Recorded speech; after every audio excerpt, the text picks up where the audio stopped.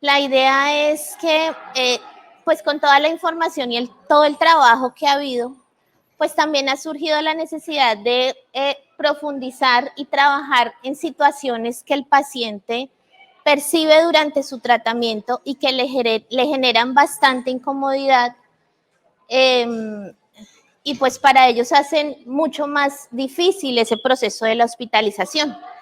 Es por esto que en la unidad, junto con dos estudiantes de la UPTC de último semestre, Paola Andrea Gil y Oscar Alberto Sánchez, decidimos trabajar sobre estrategias para prevenir la mucositis. ¿Listo? Ya más adelante les voy a decir cuál es la estrategia que implementamos en la unidad, pero es bien importante entender que básicamente lo que nos motiva al trabajar con estos pacientes es la percepción que ellos tienen, la situación que ellos viven directamente relacionada con su ingesta y que cambia en ellos todo un mundo de percepciones durante su hospitalización. Es por esto que es bien importante primero contextualizarlos. La mucositis, varios sabemos que es el efecto adverso de la quimioterapia o radioterapia que afecta directamente la mucosa oral.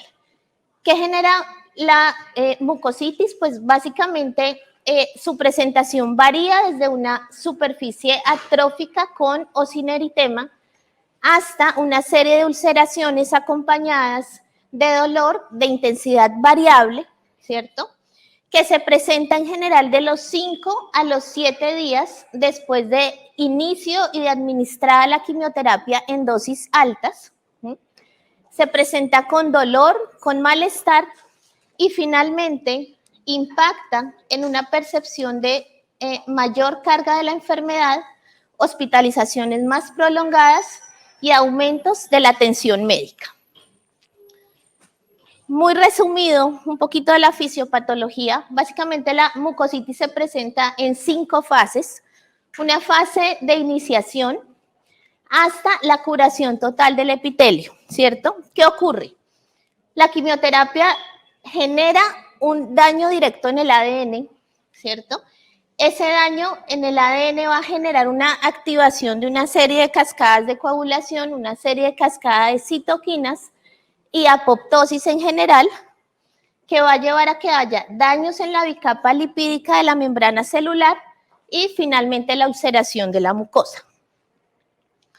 La clasificación nos la ha dado la OMS, ¿cierto? Y también nos la ha dado el Instituto Nacional de Cáncer de los Estados Unidos, y básicamente es importante tener claro que en esta clasificación hay una alteración clara de la deglución que puede llegar incluso a necrosis tisular. Por eso es tan importante trabajar sobre la prevención de la mucositis. Incidencia. Básicamente, para pacientes que han recibido trasplante autólogo, la incidencia es del 35 al 75%. Incidencia de la mucositis en pacientes con trasplante halogénico, del 75 al 100%. ¿Y esto en qué deriva? En que aparecen infecciones potencialmente mortales, en que aumenta el uso de analgésicos opiáceos, en que aumenta el uso de nutrición parenteral total y, como ya les venía contando, aumentan las estancias hospitalarias y los costos sanitarios. Factores de riesgo. En función del tratamiento y en función del paciente. En función del tratamiento está claro que todos los agentes quimioterapéuticos pueden generar, ¿cierto?, una predisposición a, ¿cierto? Y en función del paciente, la edad, la higiene bucal por sí misma y toda una serie de situaciones de diagnósticos ya del paciente, de comorbilidades, de infección sistémica, ¿cierto? Y de consumo de alcohol, por ejemplo. Entonces, en la revisión que hicimos de la literatura encontramos múltiples estrategias de prevención. Esas estrategias van desde el simple cuidado bucal hasta terapias con láser, factores de crecimiento con palifermina, pasando por miel, aloe vera, etcétera, ¿sí? Y otra de las estrategias, que es la que estamos implementando, es la crioprevención. Bueno, la crioterapia. ¿Qué pasa con la crioterapia? En general tiene una historia reciente. Esa historia empieza en 1990, cuando se empieza a hacer una asociación directa de la administración de la quimioterapia, específicamente 5-fluoracilo y endotrexato, y a través de los años vamos viendo que se consolida ese concepto de relación de la quimio con la presencia o no de mucositis, ¿cierto? En el año 2007 se asocia directamente al melphalan, que es uno de los agentes que se administran para acondicionamiento del paciente, ¿cierto? Año 2014 y año 2020, última guía, definitivamente se ratifica esta relación mucositis asociada a la presencia, a la administración, en especial del melphalan. ¿Y qué pasa con la crioterapia? ¿Por qué hemos decidido trabajar sobre ello? Primero, porque su administración produce vasoconstricción en los vasos, ¿cierto? Y eso, pues, evidentemente me va a reducir la concentración de los agentes citotóxicos en la mucosa oral. Pero adicional a eso es una práctica de bajo costo, que generalmente es muy bien tolerada, que tiene altísimo potencial para mejorar la calidad de experiencia de trasplante del paciente, ¿sí?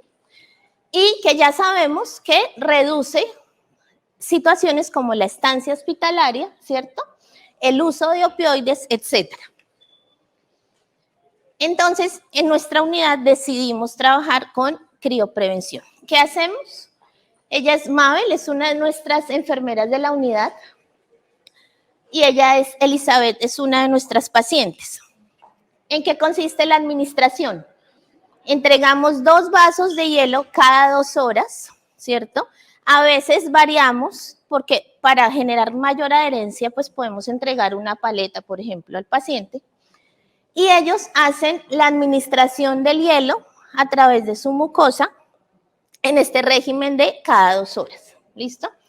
¿Qué ha pasado en números para ver si funciona o no funciona y cómo vamos? Decidimos tomar una cohorte desde octubre del 2022 hasta octubre del 2023, digamos, haciendo una medición nueva, ¿sí? Que de pronto no habíamos hecho antes, porque pacientes en trasplante en la fundación, pues hay desde muchos años antes, ¿cierto? Pero tomamos esta cohorte y ¿qué hemos visto? En total, durante este año que ha pasado, se han trasplantado 35 pacientes, de ellos 23 de ellos hombres, 30 de trasplante autólogo, 5 de trasplante halogénico, en una edad, digamos que pico mínima o una edad mínima de 19 años y una edad máxima de 73 años, en la que la mayoría del porcentaje en edad estuvo ubicado entre los 61 y los 81 años, y cuya procedencia es en su mayoría en Cundinamarca y con un porcentaje importante extranjero. De esos 35 pacientes, 34 recibieron crioterapia. Uno no, porque no toleró la administración del hielo y definitivamente con él no se administró. ¿Listo? De esos 34 que recibieron crioterapia, 26 no presentaron mucositis y 9 sí presentaron mucositis. Entonces dijimos, ¿qué pasó con esos 9? ¿Cierto? De esos 9, 6 son mujeres, 3 son hombres, 6 fueron con trasplante autólogo, 3 con halogénico. La edad de ellos, en su mayoría, entre los 41 y 60 años, y en su mayoría, pues, procedencia del área de Cundinamarca. Entonces quisimos ver, bueno, en 9 pacientes no se pudo prevenir la mucositis. ¿Qué pasó entonces con la evolución de ella? ¿Cierto? ¿Qué vimos? Que solamente 3 de esos 9 pacientes llegaron a mucositis grado 2. Ninguno llegó a mucositis grado 3 ni a mucositis pues grado 4, ¿cierto? Y que tal como lo dicen los estudios, esa asociación tan fuerte que hay con el melfalán, pues nos ocurrió acá. Grado 1, 2 pacientes y grado 2, 3 pacientes de ellos. Teniendo en cuenta esto que ha ocurrido y este análisis que hemos venido haciendo, pues nos propusimos a manera de trabajo inicialmente descriptivo, pero con el propósito final de generar un protocolo institucional, ¿cierto? Y más allá de eso, una estrategia de educación clara para pacientes y para nosotros enfermeros. Nos propusimos describir la relación entre el uso de la crioterapia y la ausencia de mucositis en pacientes de nuestra unidad, ¿cierto? De septiembre de 2022 a octubre de 2023. ¿Listo? Con esto, ¿qué retos tenemos? Pues inicialmente, evidentemente, trabajar en la publicación, pero más allá de eso, definir nuestro protocolo y generar la estrategia y mostrarla. Porque hoy en día no hay estudios que muestren en Colombia la incidencia de la mucositis relacionada con la administración de la crioterapia. Gracias.